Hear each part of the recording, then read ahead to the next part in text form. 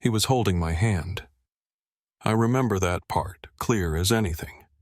The sound of carnival barkers, the sweetness of kettle corn in the air, and Caleb's little fingers wrapped around mine. Then I blinked. I looked down, and he was gone. No scream, no struggle, no sound. Just gone. Before I go any further, let me know where you're listening from down in the comments. And if stories like this have ever brushed past your life or your hometown, tap that like and subscribe. Every click helps pull another name back into the light. My name's Emily Simmons. I'm from Boise, Idaho, born and raised. Back in 2005, I was 30, working as a second-grade teacher at the elementary school 2 blocks from our house. My husband Daniel worked for the city water department. We had one son, Caleb.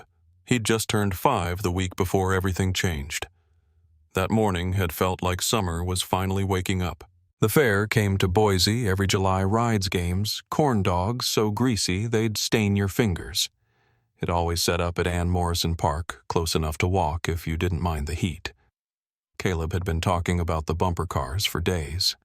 He even picked out his own outfit the night before, Spider-Man sneakers and a red baseball cap. Said he needed to look cool but fast. We got there just after 10. The place was already buzzing. I remember the screech of metal rides, the hum of generators, the laughter of other families rising above it all. I held Caleb's hand tight as we weaved through the crowd. Daniel teased him, called him Crash Commander. Caleb just grinned and tugged harder, pulling us toward the carousel. He picked the zebra instead of the horse, said zebras were rarer. Daniel took a picture, one of those throwaway Kodak cameras you could get at the grocery store. Caleb's face lit up, eyes mismatched like they always were. One ocean blue, the other golden brown. It had always felt like some kind of secret gift. We made our way to the lemonade stand afterward. Daniel needed to tie his shoe. I turned to grab a napkin. Caleb stood beside me holding the yellow balloon we'd just bought, and then he wasn't. That fast. At first I thought maybe he'd run toward the game tents. He was curious like that. But when I really looked, all I saw were strangers. 1,000 faces. None of them his. Daniel stood up and saw my face. He asked what was wrong. I just said, he was right here. Then louder and louder, until I was yelling his name, spinning in circles, pushing through people, hoping, praying. Nothing. They told us it wasn't uncommon. Kids wander. They hide behind booths or get distracted by lights. But I knew my son. He wouldn't have let go of my hand without a word. By the time the sun started to dip behind the Ferris wheel, I was hoarse from screaming. The crowd kept moving. Music kept playing. The carousel lights blinked like nothing had happened. But I couldn't find him. And somewhere deep in my chest, even before the police came, before the Amber Alert, before the posters, I knew something was wrong. Not wrong like lost, wrong like gone. And it started right there, at the edge of the lemonade stand where his balloon was found, deflated under the bleachers like someone had placed it there on purpose. It was the silence that lasted longest. Not the kind you choose, but the kind that presses down on your chest until it feels like the air won't come back. After Caleb vanished, everything kept moving around us like nothing had happened. The carousel music played. Cotton candy spun. People laughed and cheered and wandered past without a glance. I remember the sound of Daniel's boots against the pavement as he ran one direction and I ran the other. I remember yelling Caleb's name until my throat burned. And I remember the man at the lemonade stand, how he looked past me, not at me, as if I was just another woman who'd lost her bearings in a crowd. When I said my son is missing, he blinked like I was asking for directions. A security guard told us calmly that kids slip away all the time, said they're usually found within 15 minutes. But the minutes kept piling up. We checked every ride line, every corner behind the booths, every bathroom. I screamed into trash cans, thinking maybe he'd fallen in. We circled back to the carousel at least 3 times. Daniel was sweating through his shirt and I was shaking so hard I couldn't hold my phone steady to call 911. They sent officers, first 2, then more. By the time the sun began to dip, the fairground was still open, still bright, but our sun was nowhere. They shut down the exits. That much I remember. Every gate posted with an officer, every child being walked out with a wristband check. The loudspeaker crackled with announcements. 5-year-old male red-capped Spider-Man shoes, mismatched eyes. I kept repeating that last part to anyone who would listen. 1 blue, 1 honey. 1 blue, 1 honey. A kind woman in a striped apron brought me a bottle of water. I don't think I opened it. Daniel kept pacing his hands on his hips, staring out toward the street like maybe he'd spot Caleb just walking back. He never did. That night our house didn't feel like home anymore. The toys in the living room, the spaghetti I'd planned to cook. Everything was out of place because Caleb wasn't in it. The police stayed until after midnight. They brought dogs started calling nearby hospitals. We went down to the station just after 1:00 a.m. to give statements. It was there they asked for a recent photo. I gave them the one from the carousel. Daniel had dropped it off at a pharmacy to be developed on our way home before he realized we weren't going home. I held that photo in my hand and just stared. Caleb's smile was crooked. His cheeks were flushed. His little hands clutched the zebra pole like he was hanging onto the world. And those eyes. I knew those eyes better than my own. The detective asked if he had any birthmarks. I said yes behind his left knee, shaped like a comma. He asked if Caleb had any medical conditions, what he liked to eat, what he'd been wearing. I answered every question like I was taking a test I had studied for my whole life. When we finally went back home, the house was too quiet. I sat in his room until morning. I didn't sleep. The next few days were a blur of questions and flyers. People from the neighborhood came to help pass them out. Some stayed to sit with me. Most didn't come back. The fair stayed open the rest of the weekend, though they increased security. We didn't go near it. The local news covered the story. Boise boy missing from summer fair. They used the photo from the carousel. It was everywhere.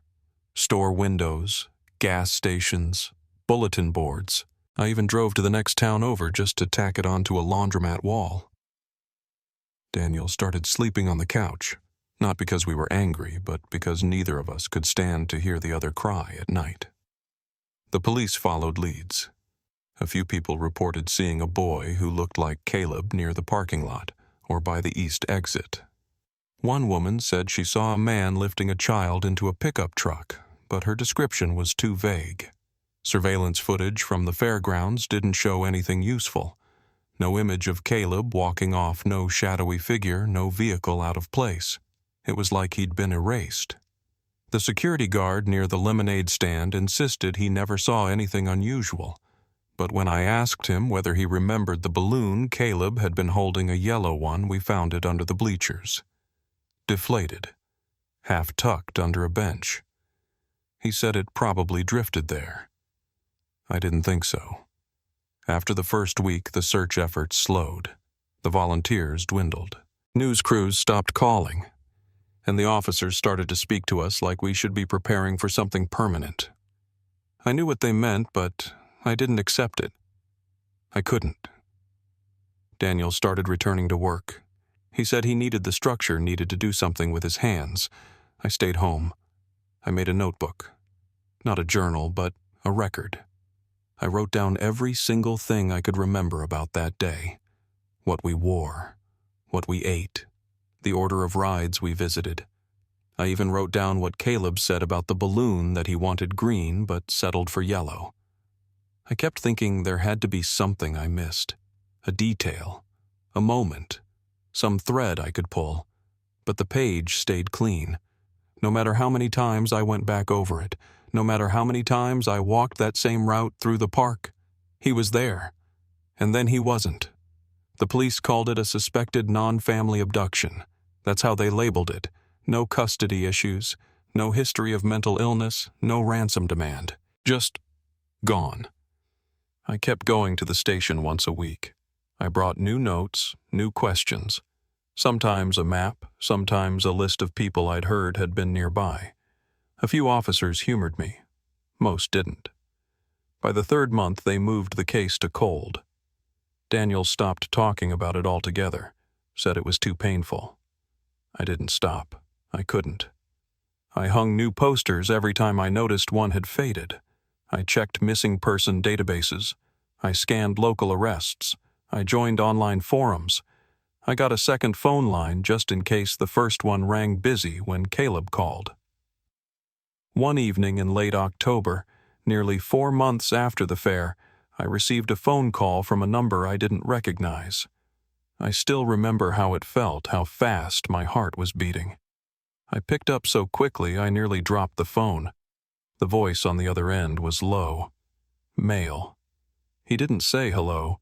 He just said, "He's not in Boise anymore." Then silence. Then the line went dead. I tried to trace it, called it back immediately, but it was disconnected. The police said prank calls were common in these cases, that I shouldn't get my hopes up. But it didn't feel like a prank. It felt deliberate, specific, like someone knew something, and whoever it was didn't want me looking in the right place. That was when I started keeping track of the calls. Every unknown number, every voicemail, every wrong dial. I wrote them all down, and that first one, that's the one I circled in red, because it was the first time I felt it deep in my gut that someone out there knew where my son had gone, and they didn't want me to find him. Not yet. Not ever. But I was going to, even if I had to look for the rest of my life. When I brought the voicemail recording to the police, they logged it, asked a few questions, then tucked it away like all the others. Said it could have been a prank. Maybe someone who saw our case on the news and wanted attention. But it didn't feel that way. The voice wasn't taunting or mocking, it was flat, steady, like someone passing along a fact they weren't supposed to say out loud. He's not in Boise anymore. That was all. I asked the officer to trace it. He said they would try, but the number was already disconnected. I offered to check every payphone in a 50-mile radius if they'd just tell me where to look. He said it didn't work that way. After that, I stopped expecting help. The official investigation continued in name only. I could tell by the way the detectives spoke to me that they were already letting go. When I asked for updates, I got phrases like "no new developments" or "we're still reviewing leads," the kind of words that sound active but mean nothing. I kept showing up anyway. Every Monday morning, I'd bring coffee sometimes, not for them, for me, to stay awake through the slow answers. Daniel pulled further away. He still answered the phone when I called, but most conversations ended in silence. He said he was tired, that maybe it was time to accept that we'd done what we could. He said the word closure like it was something you could order in the mail. I didn't blame him. I knew he was grieving, just in a different direction. But I couldn't follow him there. I still felt Caleb everywhere. In the folded pajamas I never put away. In the sound of cartoons on low volume when I passed by a neighbor's house. In the extra plate I set every night. I didn't even realize I was doing it until someone pointed it out. A friend came by, brought a casserole. She stopped short when she saw 3 place settings. I told her it was habit. She nodded but didn't come back again. That was the pattern. People dropped off kindness and disappeared. It made sense. It's hard to sit beside someone who never stops asking what if. I began keeping a private log, not just a journal, something more structured, a spreadsheet, calendars, notes on timelines. I made copies of the police reports, organized every tip I could find, even the ones the officers dismissed. I joined online groups, posted in forums about missing children. At first, I just watched. I read everything I could. Then, I started asking questions. I learned the terms they used: non-family abduction, probable stranger contact recovery window.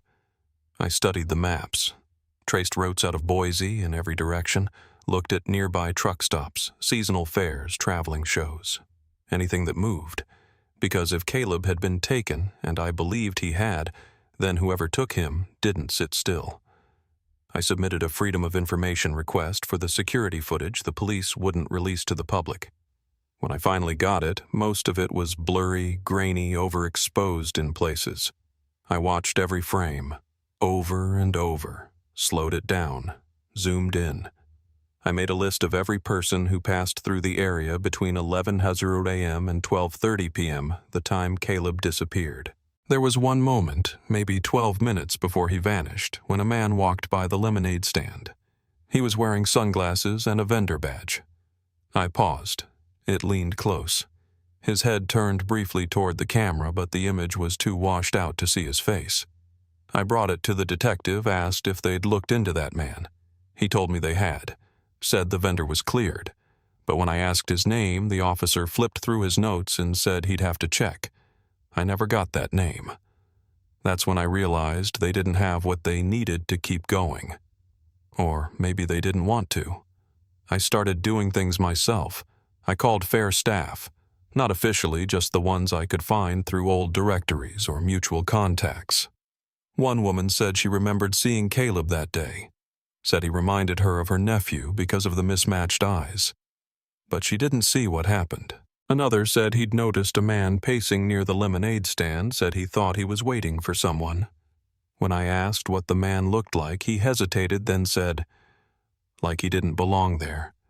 That was the phrase he used. I wrote it down. I wrote everything down.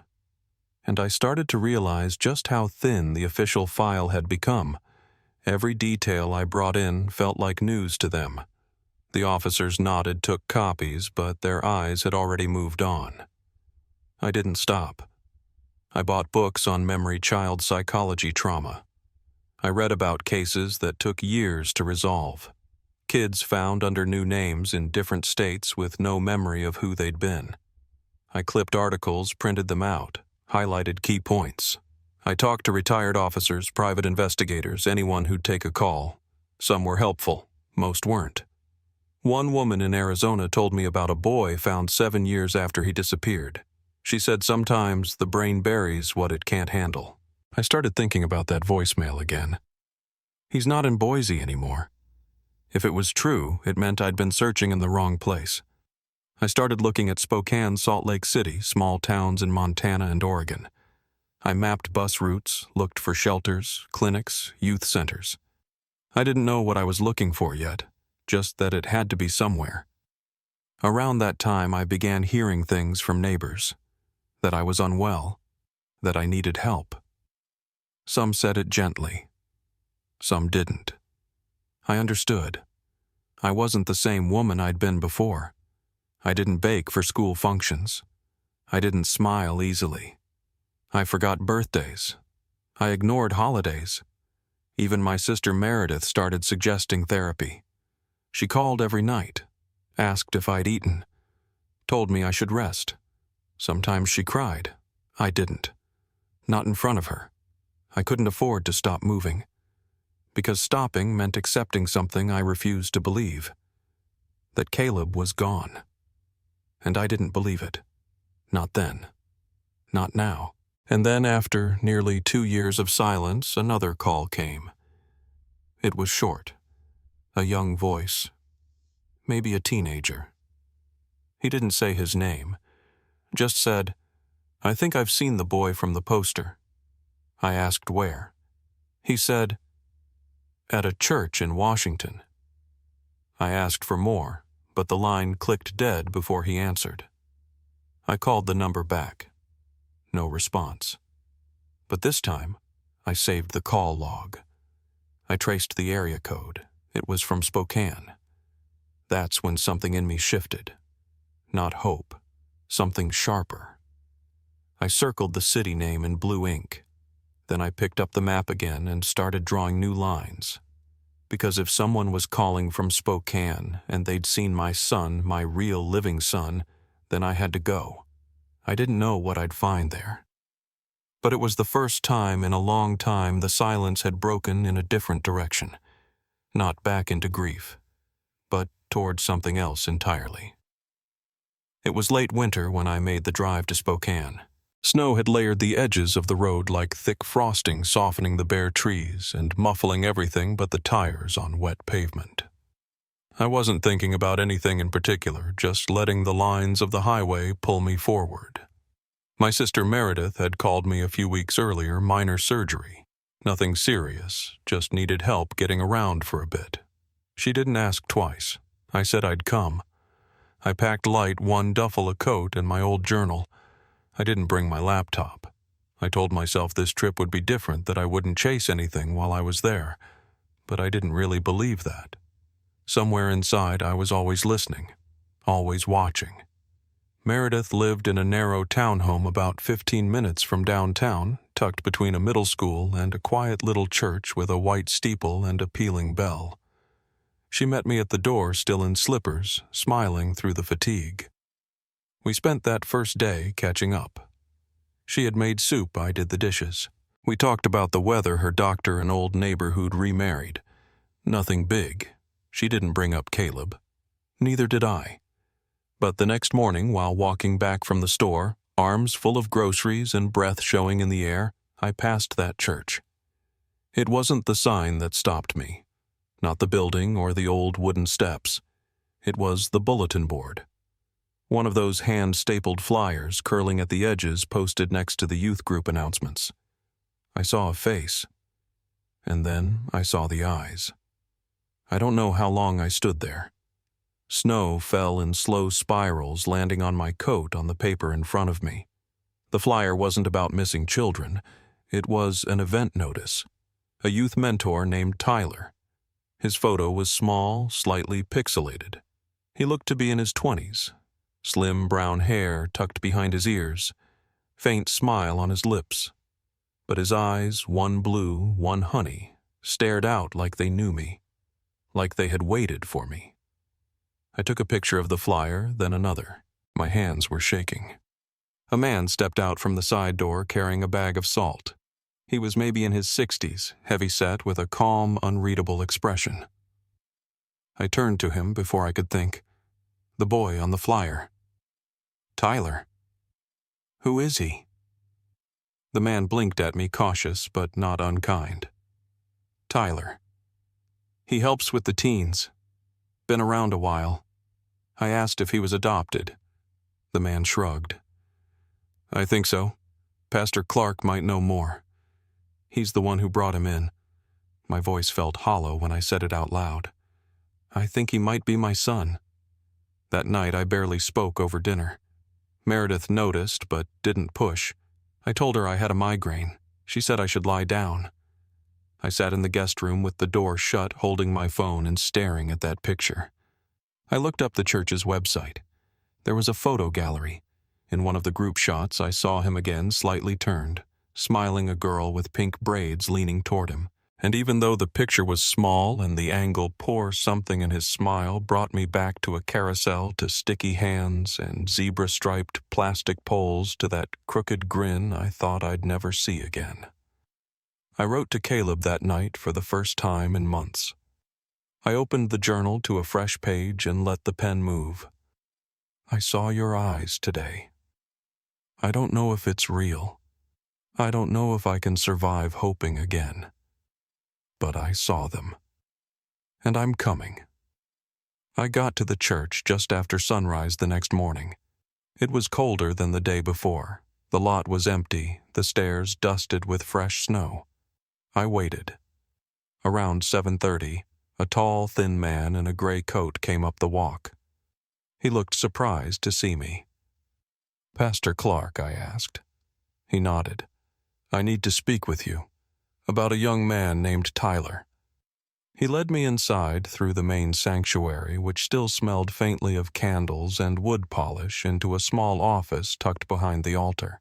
There was a desk, 2 chairs, and a bookshelf lined with old Bibles and mismatched mugs. He gestured for me to sit. I told him the truth, that I believed Tyler might be my son who vanished in Boise 20 years ago. He listened without interrupting. When I finished, he was quiet for a long time. Then he said, "You're not the first to ask questions about his past. but you're the first who's known so much." He told me Tyler had come to them at 15 alone, no ID, carrying a torn backpack and bruises. He was scared. Wouldn't speak for weeks. And when he finally did, he said only fragments. He remembered a house with blue walls, a woman who smelled like cinnamon. My heart stopped. We'd painted our kitchen sky blue when Caleb was 3. I used to bake cinnamon bread every Friday. The pastor stood and walked to a filing cabinet. From the bottom drawer, he pulled out a small plastic bag.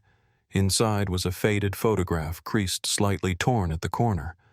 I recognized it instantly. It was the picture Daniel had taken that day on the carousel, Caleb's last photo. His smile, the zebra, the sunlight on his cheek. I asked where it came from. The pastor said it had been inside Tyler's backpack when he arrived. Tyler didn't know who the people were. Said the image gave him nightmares. I held the photo in both hands, the edges soft with wear. I wanted to cry, but didn't. My mind was moving too fast. I asked to see him. The pastor hesitated. "He doesn't know who he is," he said. "He's built something here, but the past, it's a wound he's never really looked at. If this is wrong, it could do more harm than good." I nodded. "But if it's right?" He didn't answer, just looked at me for a moment, then said, "He's coming in this evening for youth choir. You can sit in, but let it be his pace." I stayed all day. I didn't leave the church. I sat in the back of the sanctuary, watched the light shift through stained glass windows, listened to the wind rattle against the bell outside. I held that photo in my hands like it might vanish again. When the door finally opened, I heard a voice I hadn't heard in 20 years. "Hey, Pastor, you needed help with the chairs," I turned. He was taller than I remembered. His hair, longer face, older, lean. But the moment our eyes met blue and honey, it was like time snapped in half.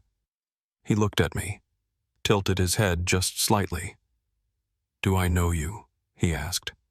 My breath caught. My hands gripped the edge of the pew. I said no, I don't think so. He nodded, politely glanced toward the pastor, then headed toward the folding chairs stacked near the front. His stride was quick practiced. There was something in the way he moved, like he was always half expecting something to go wrong. I didn't speak again. I just watched. He laughed once, adjusting the chairs, and it hit something deep in my chest. That same upward pitch at the end, the one that used to come when he got too excited and forgot to breathe between words. I stayed until they finished rehearsal. Then I left quietly. I didn't want to overwhelm him. I didn't even want to say his name yet, because even though everything in me was already certain, I needed him to feel it too. The memory, the pull, the knowing. And I had waited 20 years. I could wait a little longer if it meant getting it right. The next morning, I was back on the church steps before the sun had cleared the trees. I didn't know what would happen next, but for the first time in a long time, I wasn't asking if he was gone. I was asking how to bring him home. Tyler didn't come up to me again for 3 more days.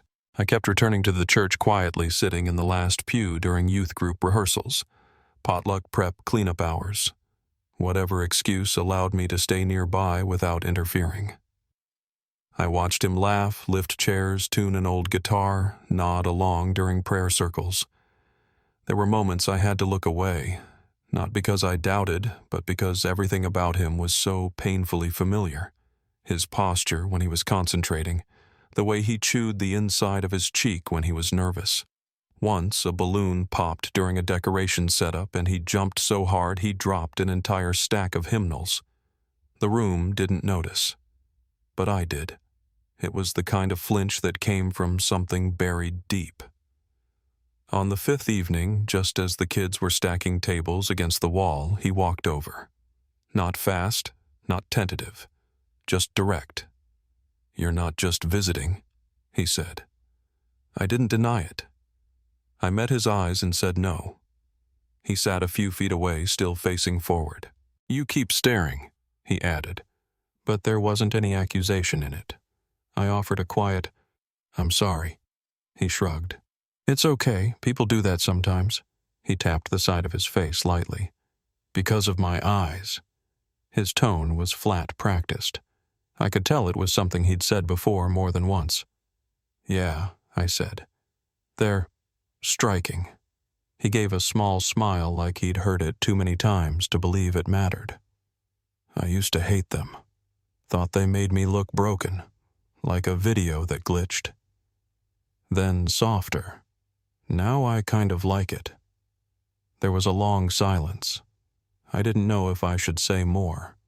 Then he asked, "Do you think we've met before?" I answered honestly. "I don't know."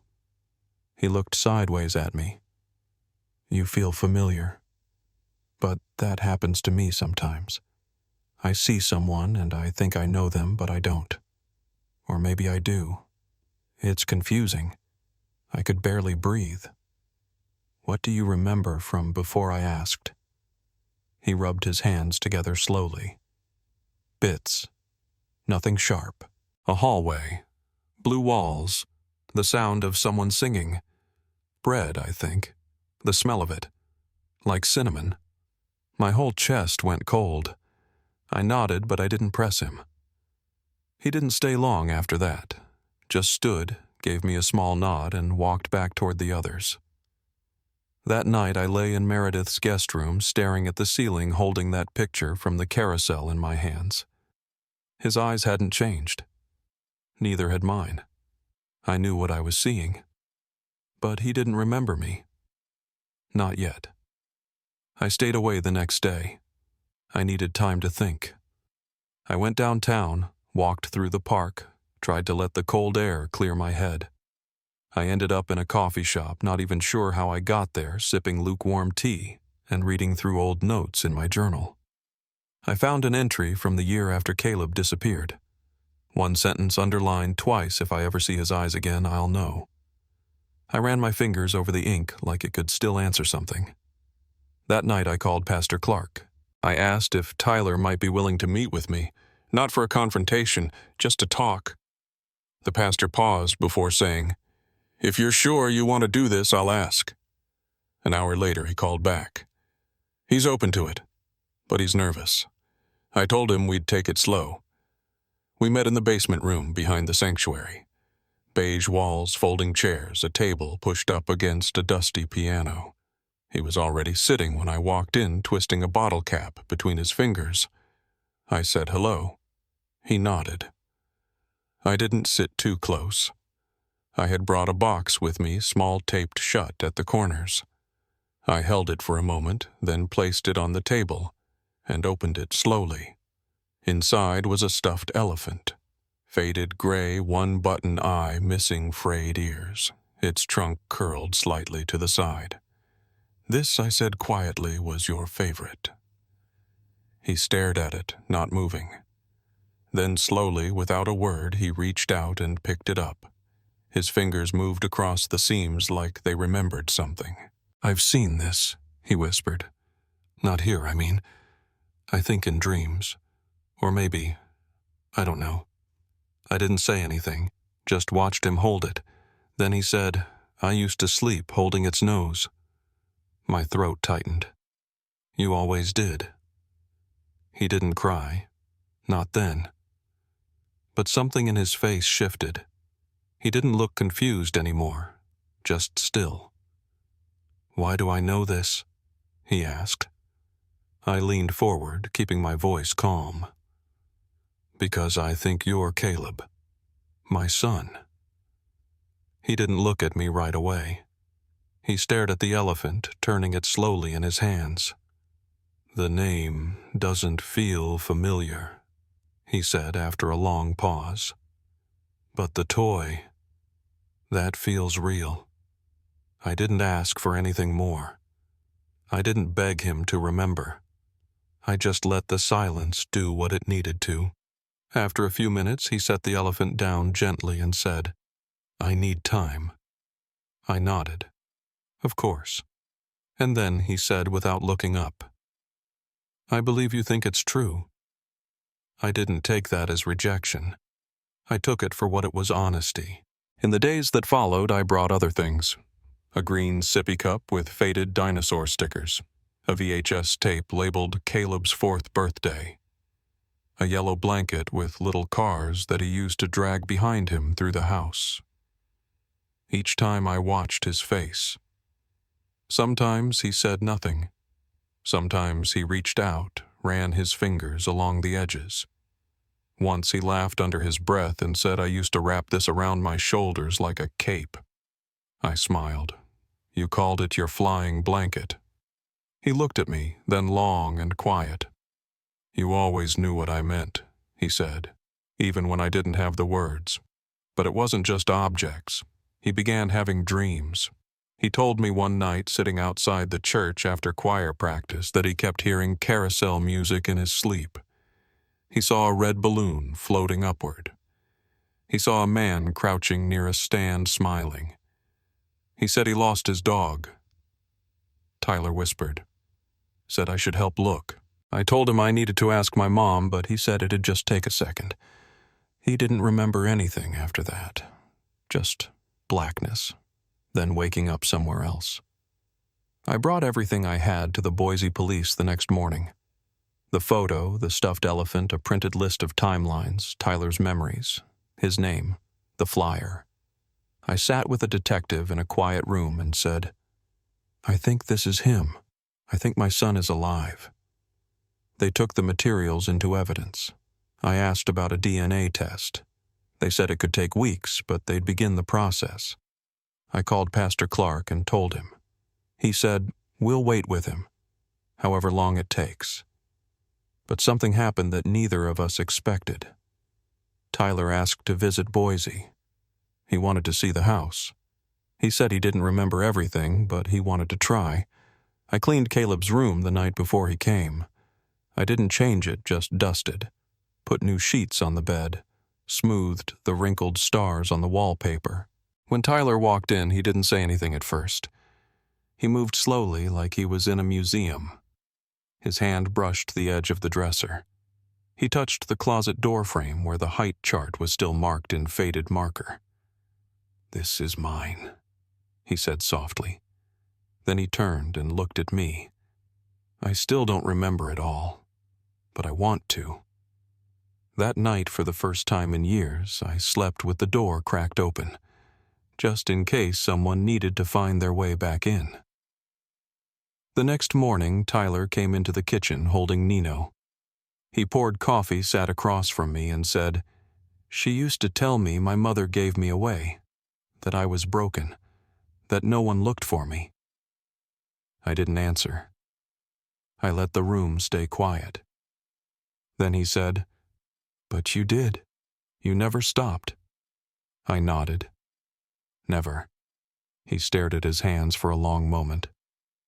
Then I want to remember, not just the pieces. I want to know who I am. I told him, We'll get there. One piece at a time. And just before he stood up, he whispered, I think I believe you now. Not because of the DNA or the objects or even the room, but because something deep in him had started to wake up. And once that begins, it doesn't go back to sleep. Pastor Clark was the one who brought it up first. He called me just after lunch one Tuesday and said Tyler had asked about taking the DNA test, said he was nervous but ready. Are you sure you want to go through with this? Pastor asked me.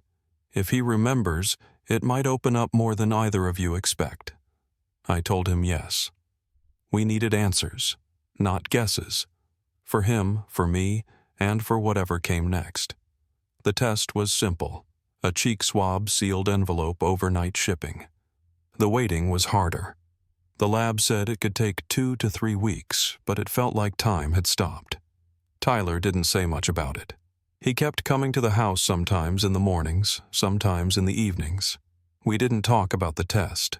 We cooked meals, watched old VHS tapes, sat in the backyard and listened to the wind.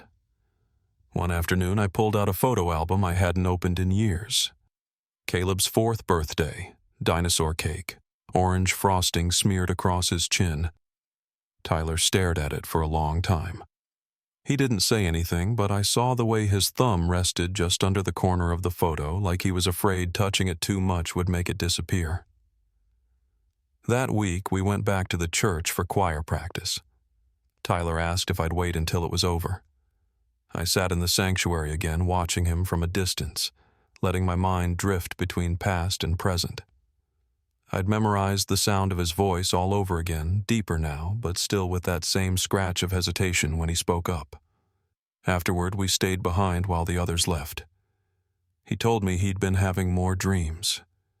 It's like bits of things I shouldn't know, he said. Not memories exactly, just flashes. A hallway. A woman behind a door crying. The sound of music. I asked what kind. He paused. A music box. Carousel music. It played on repeat. I hated it. I didn't speak. I waited. Then he said, "There was red carpet. The box was in a closet." I felt something tighten in my stomach. On a road trip once Oregon, maybe we'd stayed in a motel with red carpet. Caleb was 4. He hated the floor, said it looked like spilled ketchup. That same night he'd crawled into bed with us and said the noise from the room next door scared him. I took the details straight to the police. I met with a detective named Naomi Voss Young, but attentive. She listened, took notes, asked about the music box. I told her everything about the dreams, the closet, the red carpet. She asked if I could remember the name of the motel from that Oregon trip. I couldn't. But I remembered the general area, the highway, a nearby diner with green booths. Naomi ran searches in Idaho, Oregon, Montana, any state Tyler might have passed through between 2005 and 2015. 2 days later, she called me. "There's a decommissioned motel near the Idaho-Montana border," she said. "Closed in 2016. Records show it had red carpeting in every room. It was called Old Pines Inn." I drove up there with Naomi and another officer. The building was half-collapsed siding, peeling windows broken. Inside, the smell was heavy mold-rot mildew in the carpets. We moved carefully, flashlight beams slicing through the dust. Room 7 had red carpet. A cracked panel in the wall near the closet was loose. Naomi pried it open with the edge of her boot. Inside, tucked in the drywall, was a small wooden box. Faded paint. Broken clasp. When she wound it, it played carousel music, warped and slow. Underneath it was a photograph. A boy, mismatched eyes, Spider-Man shirt. He was standing next to a folding chair. No background. No context. Just him. I collapsed into the nearest chair and covered my mouth. Naomi crouched beside me, holding the box open like it needed to keep playing for the room to stay real. Back home, I sat on the porch with Meredith and told her everything. She held my hand. "You found him," she said. I nodded, but I didn't save him. "You did." "Now," she said. "That counts." I took the box and the photo to Tyler the next day. We sat at the kitchen table. I didn't say a word, just set them down in front of him. He stared at the photo for a long time. "That's me," he said quietly, "but I don't remember standing there." I asked if he recognized the music. He didn't answer right away. But when I turned the key and let it play, he flinched. Not visibly. Just a ripple across his shoulders. "It used to play at night," he whispered, over and over. The DNA test came back the following week. Positive match, 99.998%. The officer on the line sounded like he didn't know how to say it out loud. "We'll be reopening the case," he said. "You'll hear from someone in missing persons." Tyler didn't react much when I told him. He nodded once, kept his eyes on the floor. "I already knew," he said. "I just needed everyone else to." I filed the paperwork the next day. The official report, a photo of Caleb at 5 next to a current picture of Tyler. They were the same person, and yet everything about them had changed. A few days later, Pastor Clark called. "There's something you should see," he said. I drove to the church.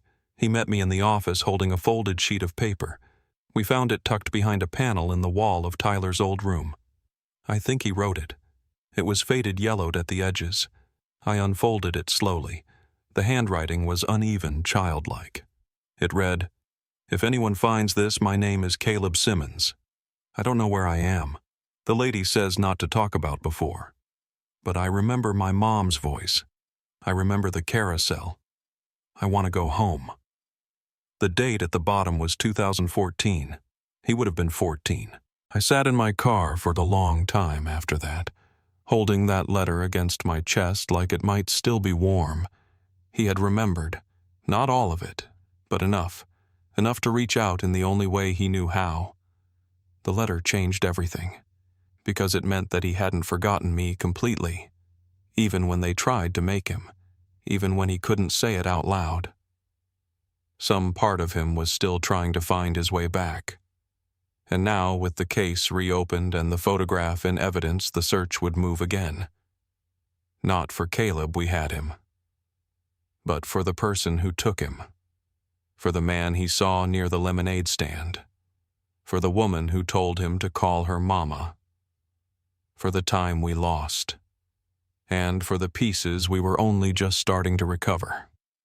Detective Naomi Voss took the letter to the Boise Police Department the next morning, and by afternoon she was sitting across from me in the same room where I'd once begged for someone to believe my son hadn't just wandered off. The letter, Caleb's handwriting, his name, the carousel, was enough.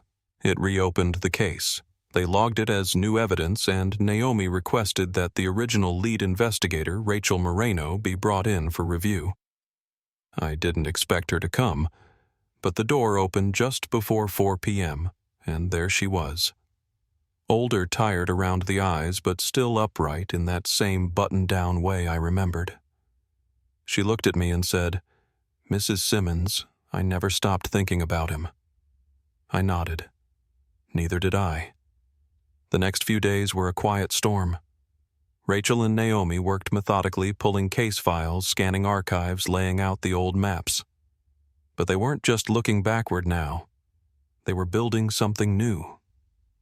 Tyler Caleb sat down with Rachel in the church basement 2 days after the case reopened. He was careful, slow with his words. Rachel never rushed him. She asked what his earliest memory was. "A trailer," he said. "Cold. There were green curtains. I remember always having to pack. She'd say, 'Don't leave anything behind. They'll find you.'" Rachel nodded and scribbled notes in a thin spiral notebook. "Did she ever talk about your real parents?" Caleb hesitated. "Once. She was drunk. She said my mom gave me away, like a dog at the fair." His voice didn't change when he said it. He'd repeated it in his mind too many times for it to sting now. But my chest still tightened hearing it. Rachel kept pressing gently. "Did anyone else ever visit you too?" Caleb leaned back, eyes unfocused. "A man, sometimes. He wore a hat, always brought envelopes and food. She called him Uncle Larry." Rachel froze for just a second, pen midair. "Uncle Larry?" she asked. He nodded. "Or Lenny, I'm not sure. It was a long time ago." When Caleb left the room, Rachel stayed seated for a while. Then she opened the original fair vendor list from 2005. There was a man, she said, tapping the page. Leonard Wallace. Worked a hot dog stand at the Boise fairgrounds. Some of the other vendors called him Uncle Larry. I stared at the name. Was he ever questioned? "Briefly," Rachel said. "He had an alibi. Claimed he was in the food tent when Caleb disappeared. But he had a prior child endangerment, 1991. Charges dropped. Why wasn't he looked into more?" I asked. Rachel didn't answer right away. She flipped through a manila folder and pulled out a document. "We tried, but he disappeared after the fair season ended. No forwarding address. Nothing under that name again. And we didn't have enough to press further. Naomi looked up from her laptop. I might. She had found a police report from Missoula, Montana, 2010. A woman arrested for petty theft had listed a boyfriend, L. Wallace. June Ellen Hartley. She read aloud. My spine went rigid. Mama June. The connection was sudden and sickening. Mama June and Leonard Wallace. Together. 2010. Missoula. 5 years after Caleb vanished. So she didn't find him by accident? I said quietly. He handed him off. Naomi nodded. It looks that way.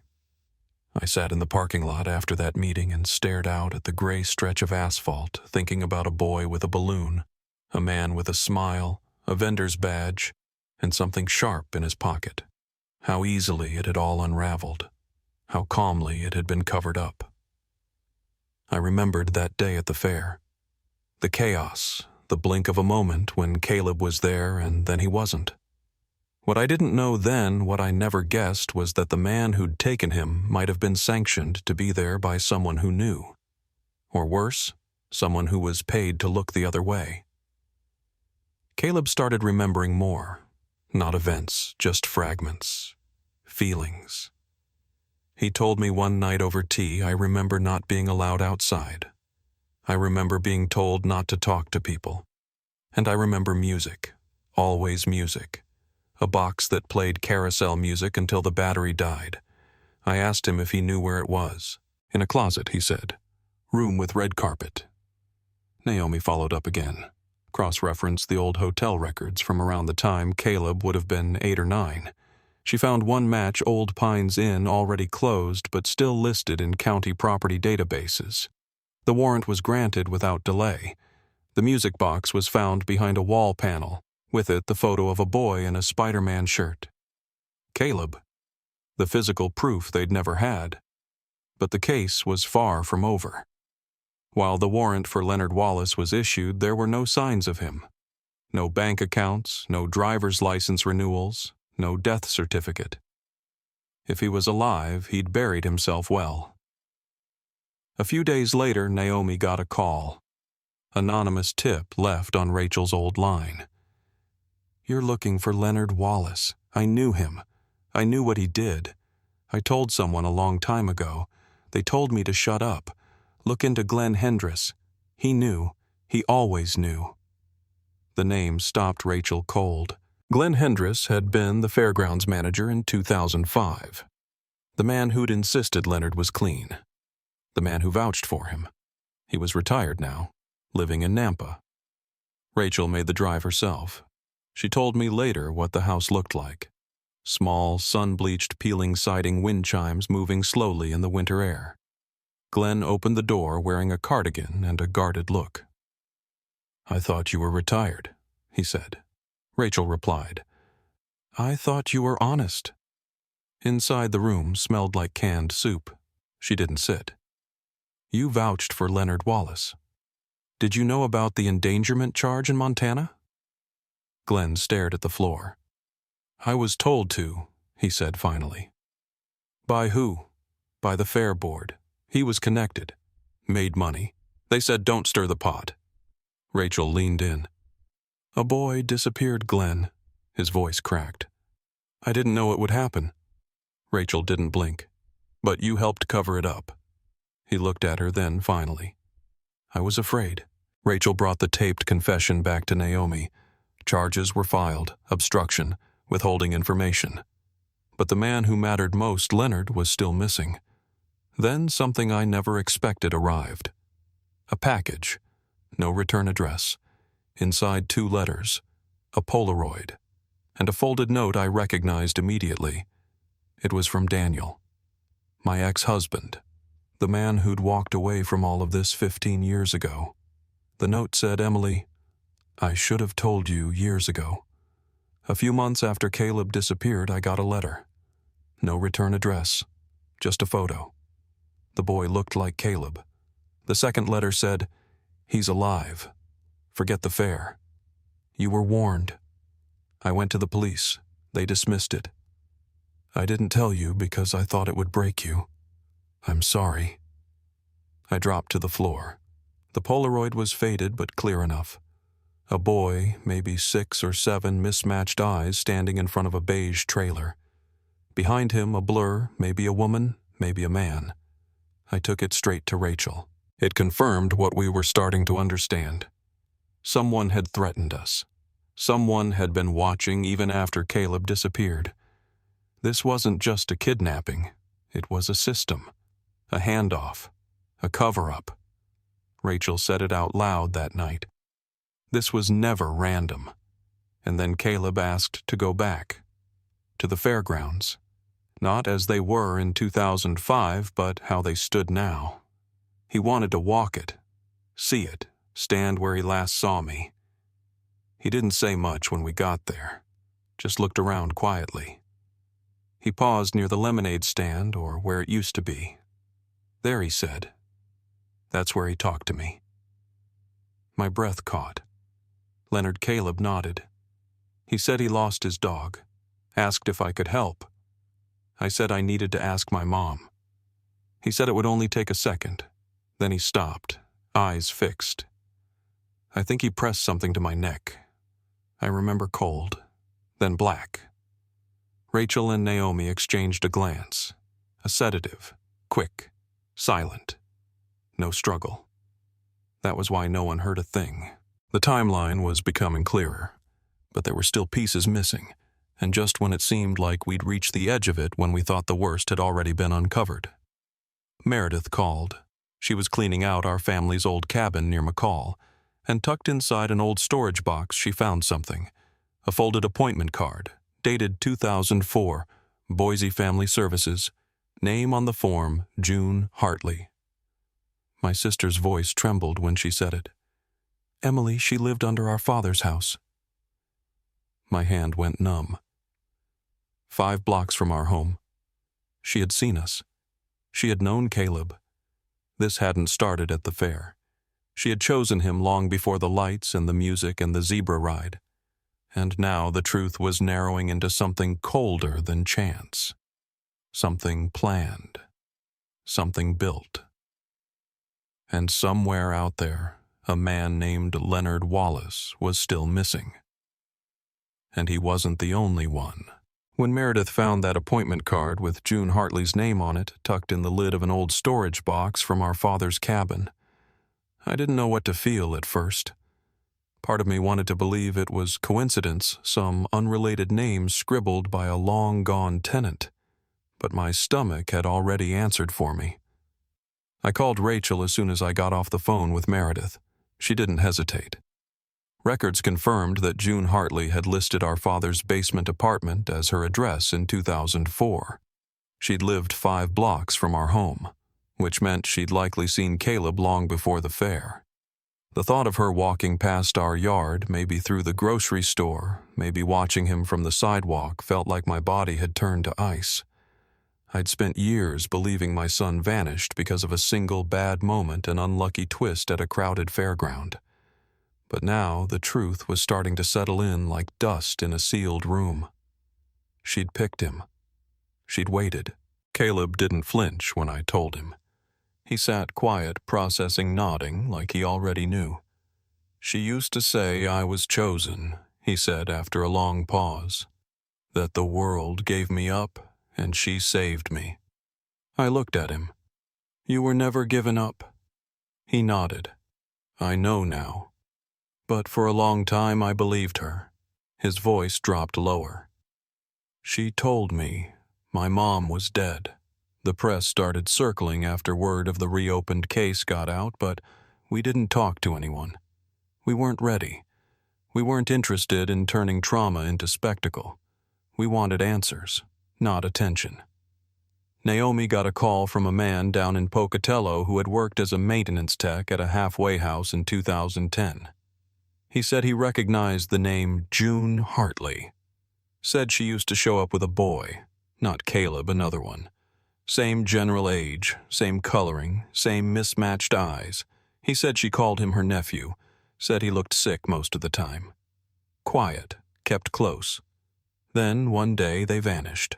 Rachel brought the photo the man had saved, June standing behind the boy, his shoulders thin, his hands tucked into the sleeves of a sweatshirt too big for him. I stared at it for a long time before handing it to Caleb. He blinked. "He looks like me." I nodded. "Because I think he was chosen because of you." Rachel stood near the window arms, crossed, eyes fixed. "Two boys. Same condition. Same woman. That's not a coincidence. That's a pattern." Caleb set the photo down carefully. She was building something. I whispered, "A family of her own." Rachel nodded. Or a fantasy that matched whatever broken thing lived in her. We didn't know his name, the boy in the photo. No social, no records, no trace. But Naomi started digging. She cross-referenced shelter logs, school withdrawals, medical databases, any trail June might have left. What she found instead was a journal. It had been recovered from a house in Pocatello that June had lived in briefly under a different name. Most of it was incoherent, rambling prayers, recipes, disjointed entries. But buried in the middle were a few lines we couldn't ignore. "C is mine. He's the first, the chosen. L is quiet. I think he misses her. The one before me. I have to keep them safe. The world is poison." My hands trembled reading it. Rachel read it out loud to Caleb that night. He sat perfectly still. Then said she believed it, but she also knew it was wrong. "How do you know?" I asked. He didn't hesitate. "Because she always said if people found out, they'd take me away." She called them the Takers. Later that week, Daniel showed up. First time he'd stood on my porch since 2008. He looked older, smaller somehow. He held a manila envelope in his hands and didn't say anything for a while. I let him in. We sat in the living room, the one with Caleb's pictures still hanging by the stairs. "I should have told you," he said. "But I didn't know what was real. I thought those letters were some kind of prank, and I didn't want to give you hope if it wasn't true." I nodded. "You don't have to explain it all." He looked at me, eyes glassy. "I thought I was protecting you." "I know," I said. "And I fell apart anyway." He took a deep breath and let it out slowly. "I'm just glad you found him." I looked toward the hallway. He found his way back. That night, Caleb sat at the kitchen table with me, flipping through old photo albums. He stopped at one from Yellowstone, his 4th summer. "Was that my favorite place?" I smiled. "You loved the geysers. Said they looked like dragons breathing." He looked at me and asked, "Did I have a favorite food, macaroni with too much cheese?" "You called it gold noodles." He laughed, a soft sound, honest and quiet. I keep waiting for the memories to come back in big waves, but it's just flickers. A smell, a shape, a color. I reached across the table. Even flickers are enough. Then he looked at me, serious. "Will it hurt you if I'm never fully Caleb again?" I held his hand. "You don't have to be fully anyone but yourself. I just want you home." He nodded. "I think I want that too." Rachel and Naomi kept chasing the boy in the photo. No name, no birth records, but the trail hadn't gone cold. They were working with a national database now, trying to match his face with long-term missing persons. They'd added him to the Endangered Youth Registry, just a file with a photo, a possible age, and a question mark. "We may be late," Rachel said, "but we're not too late." As for Caleb, he made a choice. He didn't want to erase the name Tyler. That name, he said, had kept him alive. But he didn't want to erase who he'd been either. So he filed to change his legal name to Tyler Caleb Simmons. a combination of both lives, a record of both truths. He started taking online classes, psychology, child development, said he wanted to help kids like him, kids who'd gone missing in more ways than one. Every Sunday morning he made pancakes. A new tradition, one he could control. That weekend I found him in the hallway standing in front of the mural I used to call the wall. All those years of maps, newspaper clippings, timelines, ribbons, red ink. He studied it silently, then asked if he could keep it up. Not as a crime board, he said, but as a reminder of what you did. I nodded. It's your wall now. Later that evening I asked if I could read to him, like I used to. He hesitated, then said yes. I pulled an old book from the shelf where the wild things are. Halfway through he smiled and said, I remember this. You do? I asked. The monster with the crown? He said. I used to pretend I was him. I closed the book gently. You always had a big imagination. He leaned back. I think I'm ready now. I didn't ask what for. I just said, good. We'll go when you are. 6 months later, the fair came back to Boise. The carousel stood in the same spot. The lemonade stand had been rebuilt, repainted brighter. Caleb and I walked the grounds slowly, not as a mother searching for a lost child, but as two people who had found each other again. He held a cup of lemonade. Still too sour, he said. I smiled. You always said that. We didn't rush. We didn't try to rewrite anything. We just stood there quiet, watching the lights flicker against the summer sky. When we reached the carousel, I asked, Do you want to? He didn't answer right away. Then he nodded. He climbed onto the zebra just like before. And as the music began, I stood beside the railing watching my son spin back into his own story. Still him. Still here. Still trying. And this time, he wasn't alone. They never found Leonard Wallace. His name stayed on the warrant list, but no new sightings came in. Some thought he'd died years ago, buried under a different name off the grid like he'd once helped Caleb disappear. Others believed he was still out there, quiet and careful, watching the headlines from somewhere no one would think to look. The search didn't stop, but it got quieter, slower, like most cold cases do when the trail turns soft around the edges. Still, his name never left the wall in our hallway. It stayed there between two dates, the summer Caleb was taken and the spring he came home. Because even if justice never found him, the truth did. As for Glenn Hendress, he accepted a plea deal, admitted to suppressing Wallace's record, lying to investigators, and prioritizing money over children. His health was failing, but the judge made it clear that wasn't an excuse. You didn't abduct a child, she said, but you helped him disappear.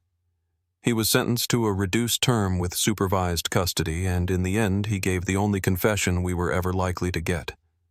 The second boy, the one in the photo from Pocatello, was never identified. No name, no missing persons report that matched. But Rachel and Naomi entered him into every registry they could, posted his photo to databases, shelters, outreach networks. Naomi said, Sometimes we're not too late, just late enough to matter. Caleb Tyler kept that photo in his desk. I once asked him why. He said, Because someone has to remember him. If it wasn't for you, I'd still be lost too. He stayed with me for over a year. Didn't move into his old room, just the guest one, said it helped him build something new without having to tear the past down. We cooked dinner most nights, laughed sometimes, went quiet when we needed to. Some days he was open, others distant, but he stayed, and I stayed with him. The two of us rebuilding trust, not through big gestures, but through habit, through rhythm, through being there when the other walked into the room. He never took back his old name, and I never asked him to. On paper, he became Tyler Caleb Simmons. To his friends, he was just Tyler. But every now and then, when he'd look at me a certain way or laugh like he used to at 5 years old, I'd see Caleb again. And I think he knew that. Not as a burden, just as something sacred we still shared. The wall in our hallway is still there, but the pins have faded and the ribbons don't stretch like they used to. We've added new things: a photo from his first college course, a drawing he made of the carousel, a sticky note that says Mom made pancakes. Too many. It's not a crime board anymore. It's a survival board. A record that we didn't stop. That even when the trail grew dark and quiet, we kept walking. People sometimes ask what I learned, how I kept going. The truth is, I didn't always. Some days I folded. Some nights I'd sit on the floor outside his old bedroom and wonder if I was crazy to still believe.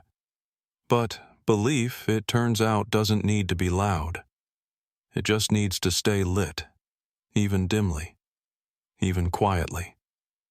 I kept it burning, and he found his way back by that light. If you've listened this far, thank you. Maybe you've lived something like this.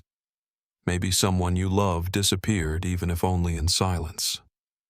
If this story stayed with you, consider sharing it.